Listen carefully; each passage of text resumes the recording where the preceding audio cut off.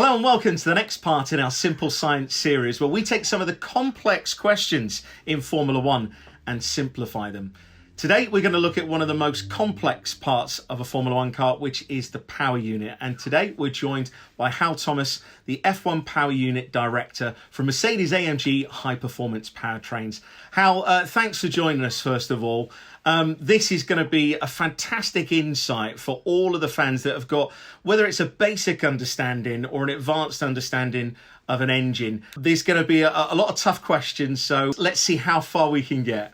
Okay, let's do it. First of all, we're just looking at a standard engine. Where does the actual power come from in an internal combustion engine? What's the cycle and process? The basic process of an engine, and the one that's used in Formula One and most road cars, is the four-stroke cycle.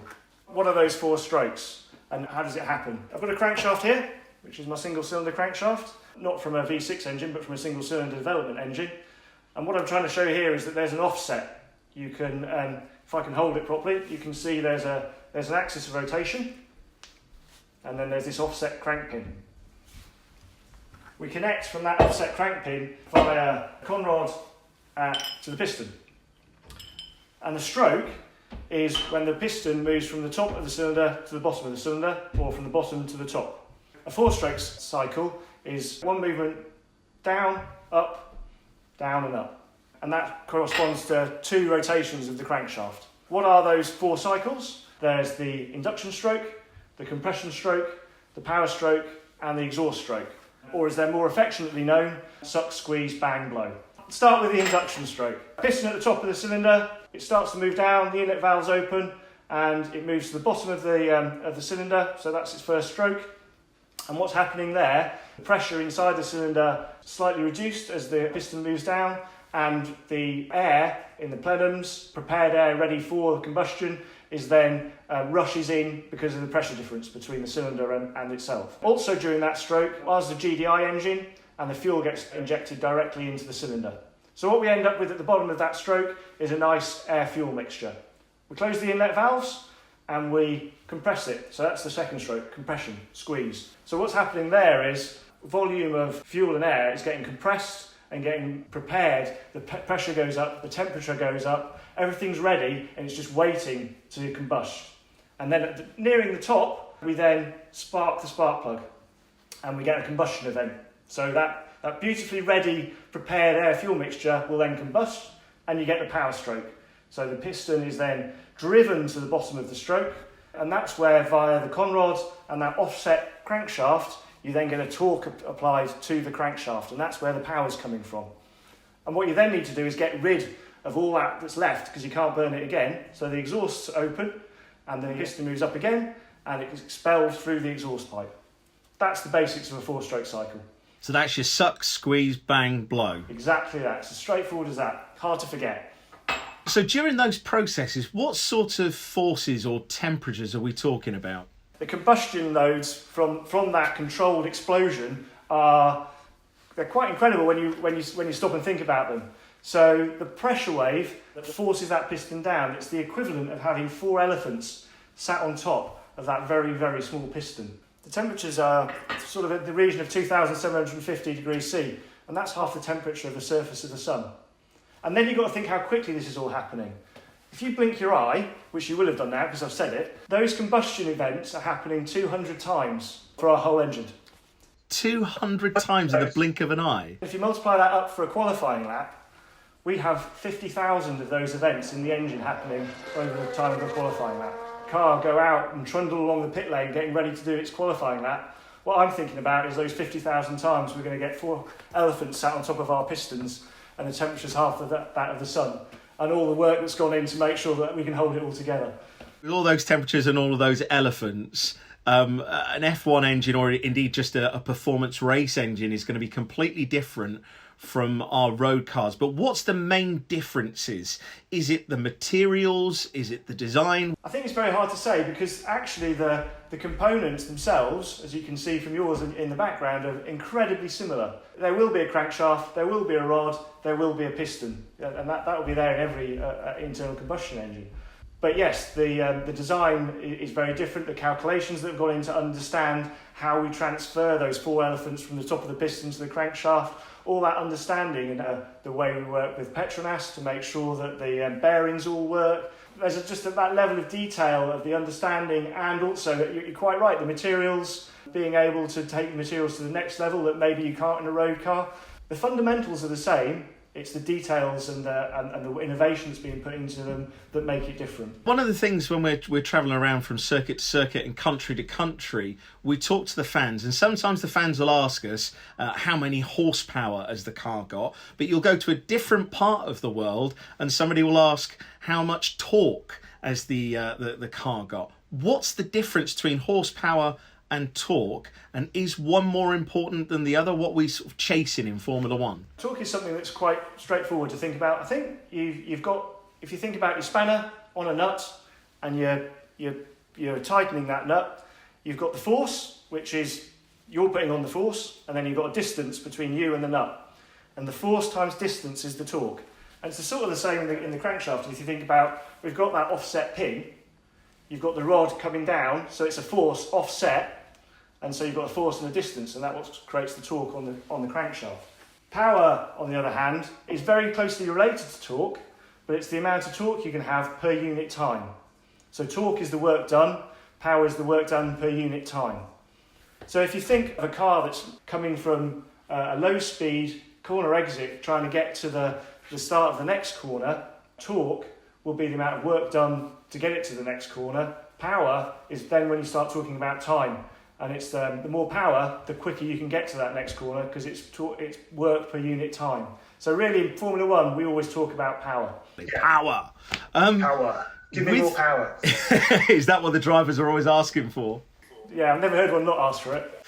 Now, one of the things that I've noticed on some of the onboards is when the drivers change up on the gears. Now, in the regulations currently, we're allowed to rev to 15,000 RPM. I know that the regulations have changed over the whole 70 years of Formula One. But with regards to the drivers changing up, sometimes they're trying to change up a lot lower than that, maybe 10,000 or 11,000 RPM. Why aren't they using all of that power or all that RPM? The power relative to the RPM isn't a straight line. It's a curve. There's a peak power somewhere around 10,500, 11,000. What you really want to be doing is getting as close to that peak power and using as much of that power with your gear changes. So the whole intention of that gearbox is to keep the engine operating right in its area of peak power, which won't be right up at 15,000. The reasons that that's the case, below 10,500, through regulations, you can put less fuel in. So there's a regulation that just allows you to linearly goes up in fuel flow and then flattens out. And it flattens out at 10.5. Below that, it's influenced by that. Above that, you start getting influenced by friction. So friction, the amount of force and rubbing that you lose through bearings, that goes up with speed and some parts speed squared, so that all of a sudden the friction is getting much, much higher. So that means that after that, you start to dip off and roll off the power. So it's that shape of the power curve that's being matched by the shift point. So how often we hear the drivers talk about something called derating, but what is derating and what's actually happening to the power unit when we hear that term? We are deliberately turning off the MG UK, so deliberately turning off the 120 kilowatts additional boost that you can get from that electric motor. We do that at the end of straights sometimes, and that's what the driver's feeling, all of a sudden that loss of 120 kilowatts of power. So the obvious question is then, why on earth would you do that? Why would you reduce the power of the power unit's supplying? And the reason we do that is that we've only got a certain amount of energy that we can deploy. Either in some circuits that's regulation-based limit, and other circuits it might just be a layout-based limit. But basically there's a certain amount of energy you can use. And you have to choose where you use that energy. If you look at the graphic now that we've got, this is what we do with every circuit ahead of going there, is map out where are we going to use our energy. So the colour coding here, blue is when we're either harvesting or part throttling as the driver is going through that corner, and then green is when we have maximum engine and MG UK power, and then red is that's where the derates are. So if you can see from the sort of top middle point of the lap where the little circle sort of shows the start finish, that end of that straight we would be derating, and then harvesting, and then we go all the way up that long hill. Most of it in the green zone, so most of it with the engine and the MG UK, but then there is a derate, and then we go around the corner, and then you're into that area again. Why do we do it at the end of the straight and not the start of the straight? At the start of the straight is the maximum sensitivity to power. So the maximum amount of lap time reduction you'll get is by using your power at the start of the straight, not at the end of the straight, and that's why we do it. So what would be the difference between what you called there a neutral lap and a qualifying lap? It's a very similar graphic, except you'll see that the derates are far, far more reduced. We're not using the derates of the red piece, but what you then get is the sort of pinky magenta bit at the start of straight. And what that is doing is that's when we're going to AMG turbo mode. So we've got the wastegates open, we're not using the turbine to harvest energy, we're actually powering the MGUH to create the compressor. So it's very energy hungry, but that's our absolute ultimate performance mode. And we do that right at the start of the straight, as I've said earlier, because that's the part which is the most sensitive to power and lap time. Sometimes we hear the race engineers, they talk about the strat mode, but other times they mention something HPP or high performance powertrains. What's the difference between those two settings? The strat mode is a very simple switch for the driver to get to, and it's very obvious, and it has quite a small number of positions. And what we do is we collect up a number of settings and put those on the strategy switch. Qualifying mode and using the energy in this way is on one strategy, and then maybe a race neutral lap, that will be on another strategy mode. So it's a collection of settings which mean different performances out of the power unit. The HPP mode is the next level down, where you need to maybe change some of those settings within the collection to get it to do exactly what you want. Typically it means if we're moving HPP modes, it means we've got something a little bit wrong at the factory ahead of the event and we need to change something. I suppose we've got all of the team back at Brackley with the race support room looking at the chassis and a lot of the strategy, but how can you actually react, and how quickly can you react when there's, as you mentioned, there's different planning? What if there's a safety car? What if there's a change in weather? How quickly can Brixworth actually react? Some of those things are relatively straightforward. A safety car will have a strat position because we know 2 races out of 3 we will be using it. It's worth doing. But there are definitely other things that we won't have been ready for. Something odd's happened, maybe something odd's happened to the car or the power unit, which means we need to change some settings. We're in the same position at Brackley, where we have what we call the TSO, which is the track support office, and we have engineers there. They've got live data coming directly from the circuit. They've got intercom link back to the circuit. And so we've got more eyes looking at the power unit back in Brixworth. And we can react relatively swiftly. We can react as quickly as the human can react to understanding what's happening, coming up with a plan, and then relaying that back to the circuit. You think you're doing it very, very quickly. You look up and 3 or 4 laps have gone because it's only 1.5 minutes per lap. And it is hard to do it in the blink of an eye, but we have got the people and the resource ready to react as quickly as is humanly possible. Really great insight. Just before we move off of strat modes and HPP, I know there's going to be a burning question on the lips of all the fans.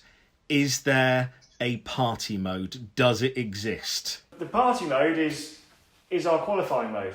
That's the mode that has the most engine performance and depletes the energy the most. That's the party mode, and yes, we have got that mode where Strat 2, that's the mode, and everyone knows when you go in Strat 2, you're in your qualifying mode, and it's your party mode. Do we call it party mode? We don't know. It's Strat 2. Strat 2. I mean, obviously that changes, doesn't it? If any other teams are listening, Strat 2 is not always our party mode. Just to move back to some of the science of the power unit, one of the things since 2014 that is really revolutionised the future, not just of Formula One, but of also road car technology, is the thermal efficiency that we're getting out of the power units now. And I know certainly at Brixworth you've been really pioneering this. But what is thermal efficiency and why is it so important? If you take the amount of energy that is tied up in the fuel and the rate that fuel is being supplied to the engine, you've got a certain amount of energy, and if you then convert that to power by using time, you've got a certain amount of power that's possible to release from the fuel. And we can measure that, Petronas do measure that, so that we know exactly how much energy is available. We then burn that fuel in the four-stroke cycle, and we then measure how much power we're getting out. So it's very simply the ratio of the amount of power that's coming out to the potential power that you put in with the fuel. So I suppose in the simplest terms, it's more bang for your buck. That's why it's so important on a road car. It's less waste energy. For us, the regulations say you can only use a certain amount of fuel per second. So if your thermal efficiency is higher, you're getting more power out of that certain constrained amount of fuel. You're creating more power than your competitors. That leads us nicely into our next question. We've got the engine and the power unit, obviously, but then there's also the fuel from Petronas, our partner. We've had so many different blends of fuel over the years. I mean, if you go back to the Grand Prix era of the silver arrows in the 30s, where we were using methanol and ethanol and acetone, things have moved on massively since that. But how much of a difference does having a partner like Petronas make when it comes to fuels and lubricants? We're very fortunate that we work incredibly closely with Petronas. We have great links, and it's personal links between our engineers and engineers in Malaysia and engineers in Italy from Petronas, and their combined understanding of the way that the combustion works in our power unit and the fuels. That means that you can really understand how to make very subtle changes within the fuel composition that will then allow us to have thermal efficiency or just straightforward power. There's a term, and I'm going to embarrass myself now because I should know this, but this is not a joke, what is engine knock? Is it quite literally something that sounds as if it's knocking? What engine knock is, we can go back to the four-stroke cycle, when you have that compression stroke of the fuel and air. So what I described earlier on was, as we get to top dead centre on that compression stroke, we spark the spark plug and you get a small flame kernel. And then that small flame kernel very quickly expands, burning all the fuel-air mixture, and it does that in a beautifully controlled way. And although we talk about a large and high increase in pressure, it's actually done in a very controlled way. And we spend a lot of time with CFD and simulation and measurements and testing to make sure that we get that very, very controlled combustion event. Knock is when you have an uncontrolled combustion event. So what happens is, during that compression stroke, as you get to the top, there may be, if you haven't had the mixture preparation right, if there's maybe a physical hotspot on your piston or even on the cylinder head, you might get to a point where that very, very local pressure and temperature means that before the flame actually gets there, you have this uncontrolled combustion event where you have a very local detonation, and that causes an incredible shock wave that then goes through the cylinder. So it's uncontrolled combustion is what knock is. And when we talk about the pressures involved in those sort of things, very locally, you can erode the pistons, and actually the amount of force that then puts through the whole system can be quite horrific. How can you actually tell, though, it's knocking? Can the drivers hear it, or is there any sensors on the car that you can see? From the engineering perspective and looking at the data perspective, yeah, we can measure it. We can measure it through cylinder pressure, and you can actually measure it through the acceleration of the cylinders. You can feel that knock, that pressure wave going through the cylinders. But can the drivers hear it? Yeah, they definitely feel it. It's interesting, when we go out in qualifying mode, the drivers love it because all of a sudden they hear the knock and they understand then this engine is right on its limit and it's working really hard for me and it's giving me everything that it's got. So they enjoy the knock and they think that's the engine going well. From the engineers, we're there with our heads in our hands going, this engine is right on the edge of going very, very badly wrong. So we're trying to make sure that, and it's just a different way of looking at it, but they hear it, they definitely hear it. The drivers are turning it up to 11 and loving it. Yeah, exactly that. Yeah. Look, finally, one question. I mean, the block that I've got behind me here, this is an old 3-litre V8. I know we've had the fantastic era of the V10s and the V12s, which sounded fantastic, but now we're getting smaller and smaller engines.